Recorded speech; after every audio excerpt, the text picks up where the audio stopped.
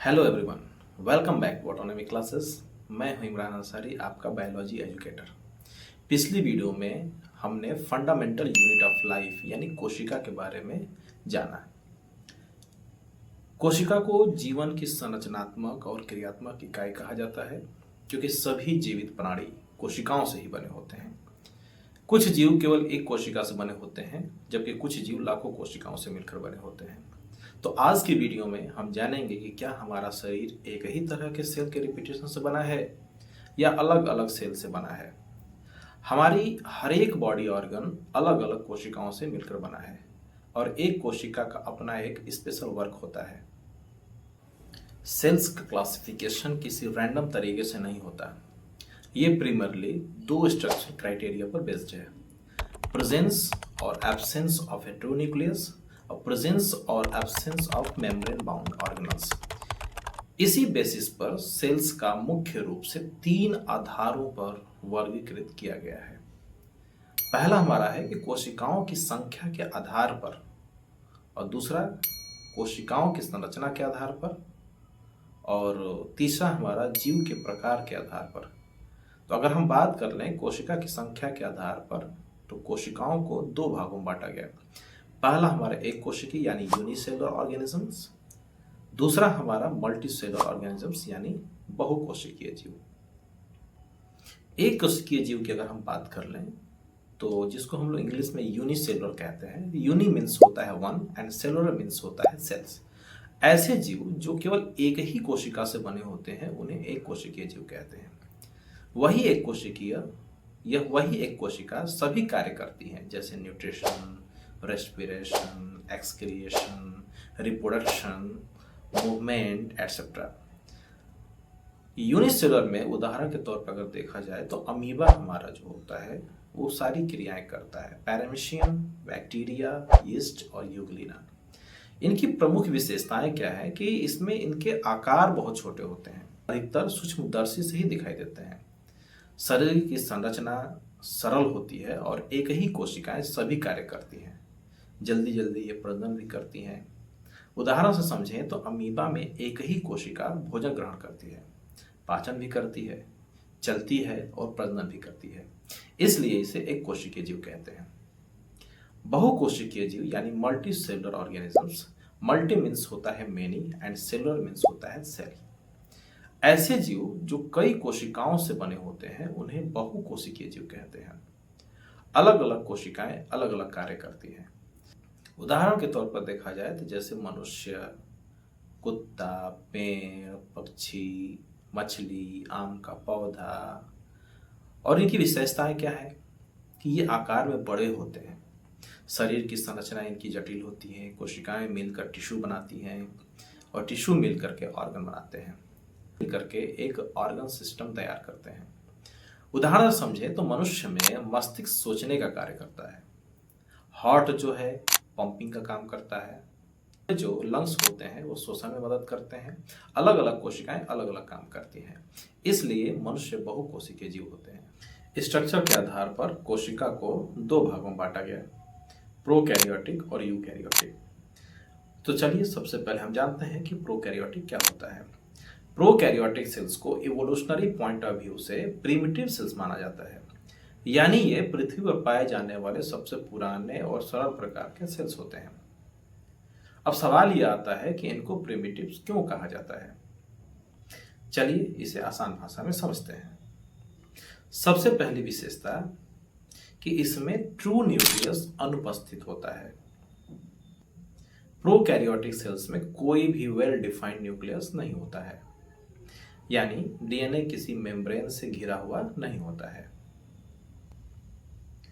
DNA sales के अंदर एक इर्रेगुलर रीजन में पाया जाता है जिसे हम न्यूक्लियोइड कहते हैं।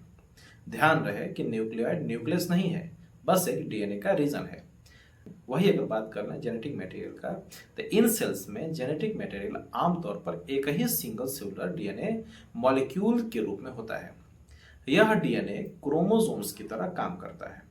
एक और महत्वपूर्ण बात इसमें यह है कि इनमें हिस्टोन प्रोटीन नहीं होते हैं, हालांकि कुछ आर्किया में हिस्टोन लाइक प्रोटीन पाए जा सकते हैं। वही अगर हम बात कर लें मेम्ब्रेन बाउंड की, तो मेम्ब्रेन बाउंड ऑर्गेनल्स अनुपस्थित होते हैं प्रोकैरियोटिक सेल्स में। माइटोकॉन्ड्रिया नहीं होता है प्रोकैरियोटिक सेल्स में, माइटोकॉन्ड्रिया नहीं होता है, एंडोप्लाज्मिक रेटिकुलम भी नहीं होता है, गोल्गी बॉडी में नहीं होता है, यानी मेम्ब्रेन बाउंड ऑर्गेनल्स बिल्कुल पूरी तरीके से एब्सेंट होता है। इसलिए सेल के सारे फंक्शन जैसे रेस्पिरेशन, प्रोटीन सिंथेसिस, मेटाबॉलिज्म सीधे साइटोप्लाज्म में ही होता है।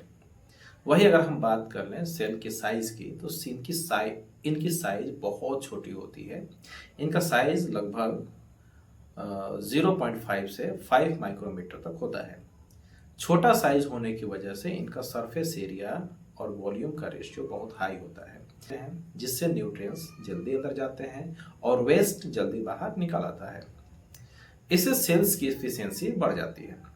वही अगर हम बात कर लें राइबोसोम्स की, तो राइबोसोम्स प्रोकैरियोटिक में उपस्थित होता है, लेकिन 70 टाइप राइबोसोम्स होते हैं। ये यूकैरियोटिक सेल्स के राइबोसोम से छोटे होते हैं।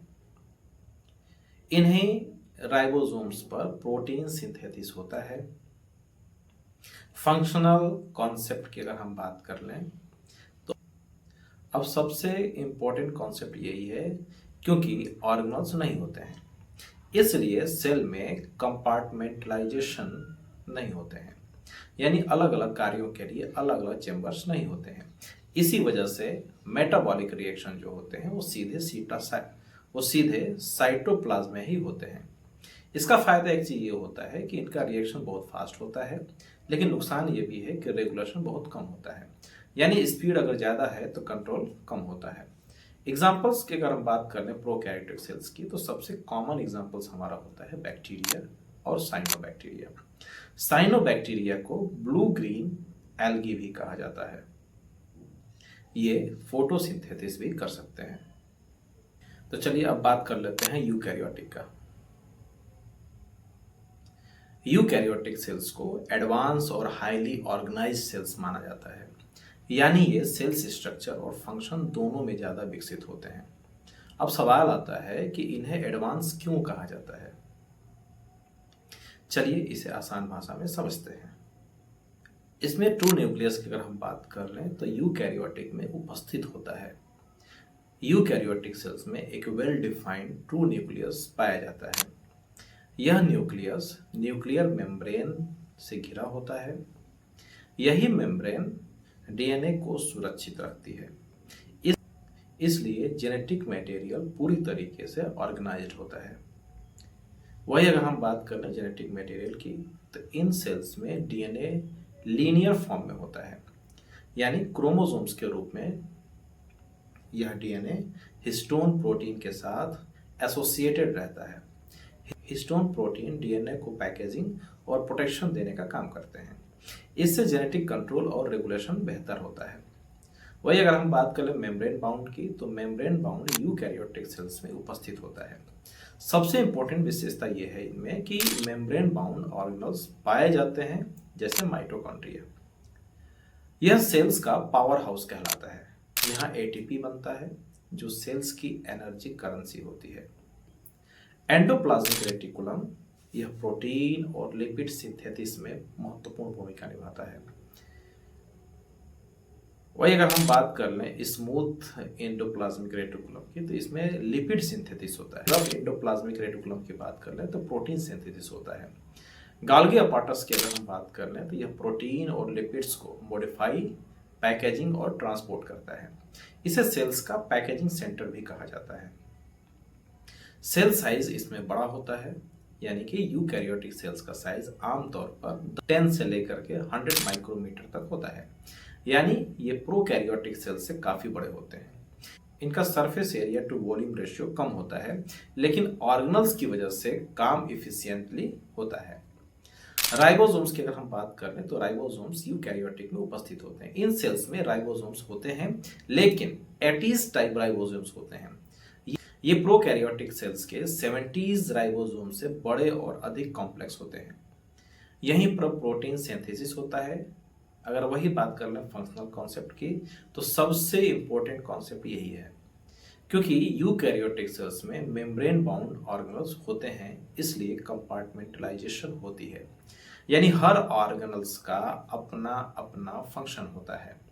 जैसे माइटोकॉन्ड्रिया एनर्जी प्रोडक्शन करता है, ईआर यानी एंडोप्लाज्मिक रेटिकुलम सिंथेसिस करता है, गोल्गी बॉडी पैकेजिंग करता है। इससे क्या होता है कि high efficiency, better regulation, greater specialization यानी काम ज्यादा, ऑर्गेनाइज्ड, कंट्रोल और इफिशिएंट होता है।